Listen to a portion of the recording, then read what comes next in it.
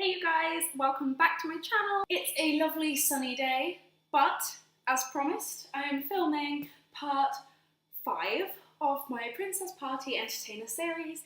I went home yesterday and I managed to find my folder as promised. If you've been following my Princess Party series so far, then I will say I think this is going to be the most useful one for you if you're really serious about making your business, because I'm going to be covering a lot of the admin side of things, paperwork. Sounds boring, but trust me, these are really, really, really useful tips.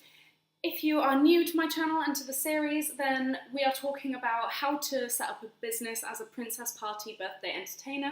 I will link parts 1, 2, 3 and 4 down below. So yeah, check those out because they're really useful and they cover more of the basic beginner getting started kind of things. Let's jump into this. This is my folder covered in various princess stickers. So the first thing in my folder, I literally just have, I think this might have been the back of a leaflet. This is just my packages. Oh, okay, it turns out I've been lying to you all.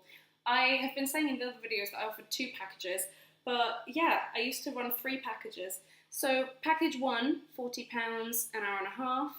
Package 2, £50 for 2 hours. Or package 3 was the deluxe package that I've talked about before, where I run and host the entire party. The other 2 packages are basically just me turning up and joining in on whatever the parent has planned. You don't have to do these exact packages, this is just what I did. I do think it's a really good idea to have 2 different packages, or maybe 3, maybe even 4 packages. Because yeah, it just kind of, you can tailor it to whatever the client wants. I've got a page here which is working out mileage. My mum printed this off for me. Bear in mind this was like 5 years ago. Basically, if you're going to have to take transport and get there, then you can charge for petrol, so you can charge an extra fee on top of the party if they want you to travel a bit further out. Okay, this is my party checklist on this page. So we've got, if someone rang me to make a booking or message me on Facebook, I'd be like, yeah, call me to arrange the booking. And on the phone, I would get this checklist out, just so that when I was taking the booking, this checklist would remind me and make sure that I had all the information I needed. Because in the beginning I found that I took like the name and the date of the party, and then I'd hang up and realise that there was other information I needed. So I'd often be on the phone, I would ask the date of the party, the name of the host, the contact number of the host, the name and the age of the birthday child, the address of the host, the address of the party. The reason you need both of these, sometimes the party is at their house, so you only need that one address. But even if the party's at another venue, there was other paperwork that I would send out and the deposit and all this other stuff, so you do need their address as well as the party address. The time for the start and the end of the party, the time of arrival and exit. So basically, I made sure that I would be arriving after the guests had arrived and I would be leaving before they left. Just because I think, especially if you're going in a car or even by bus, I think it adds to the mystery. I think you want the kids to already be at the party when you turn up, because otherwise if they see you just getting out of a car or just like walking around the corner, it kind of ruins the magic a little bit. So yeah, do make sure that all the guests are at the party before the princess turns up, and then also, for the same reasons, make sure the princess leaves before the end of the party. I've got a number of children, maximum of 12. Wow, that's a lot. I thought my maximum was 8.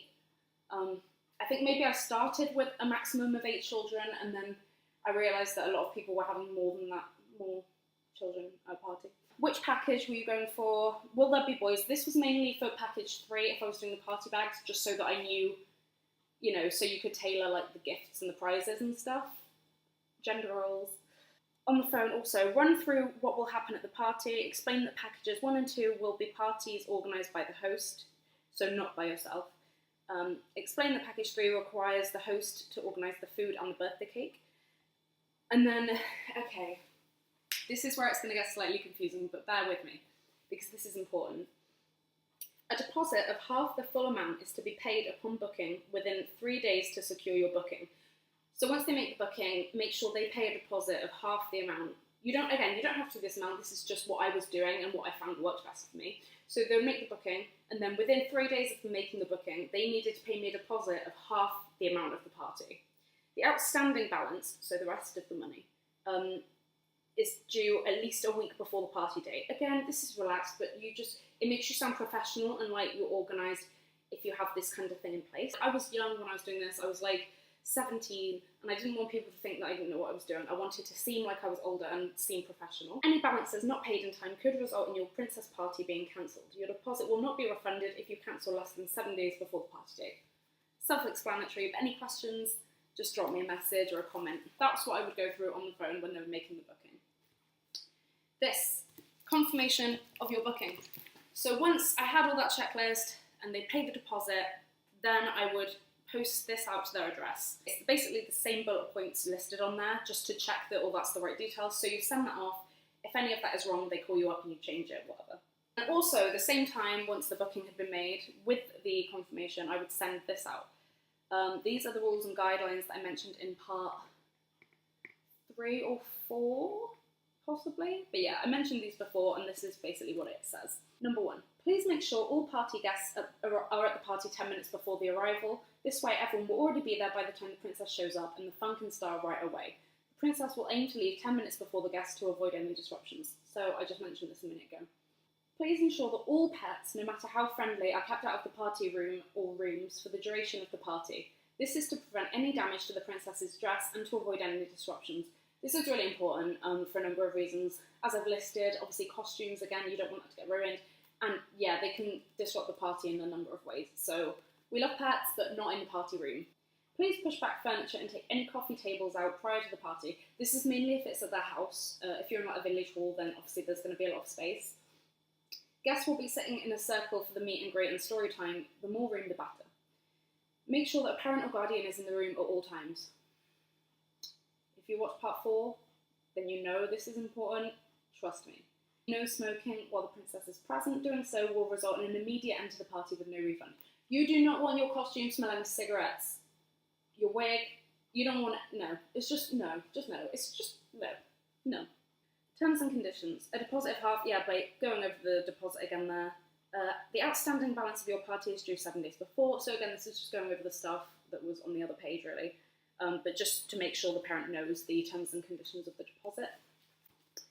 And here we have my leaflets. Okay, I'm going to show you these, but I promise that I did have better leaflets made.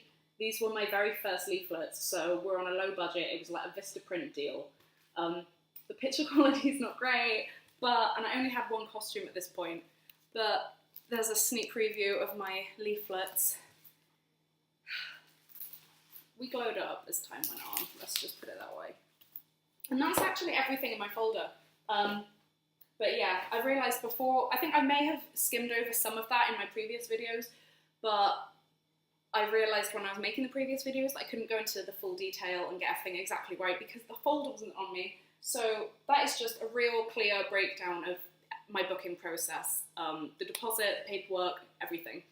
So I'm going to leave it there. And if you have any further questions, I don't plan on doing a part 6 at this point because I can't think of anything else to say or share. But who knows, if I get enough questions, then I will put them into a Q&A and do a part 6. But as always, drop me any questions, anything. My Facebook page will be linked below.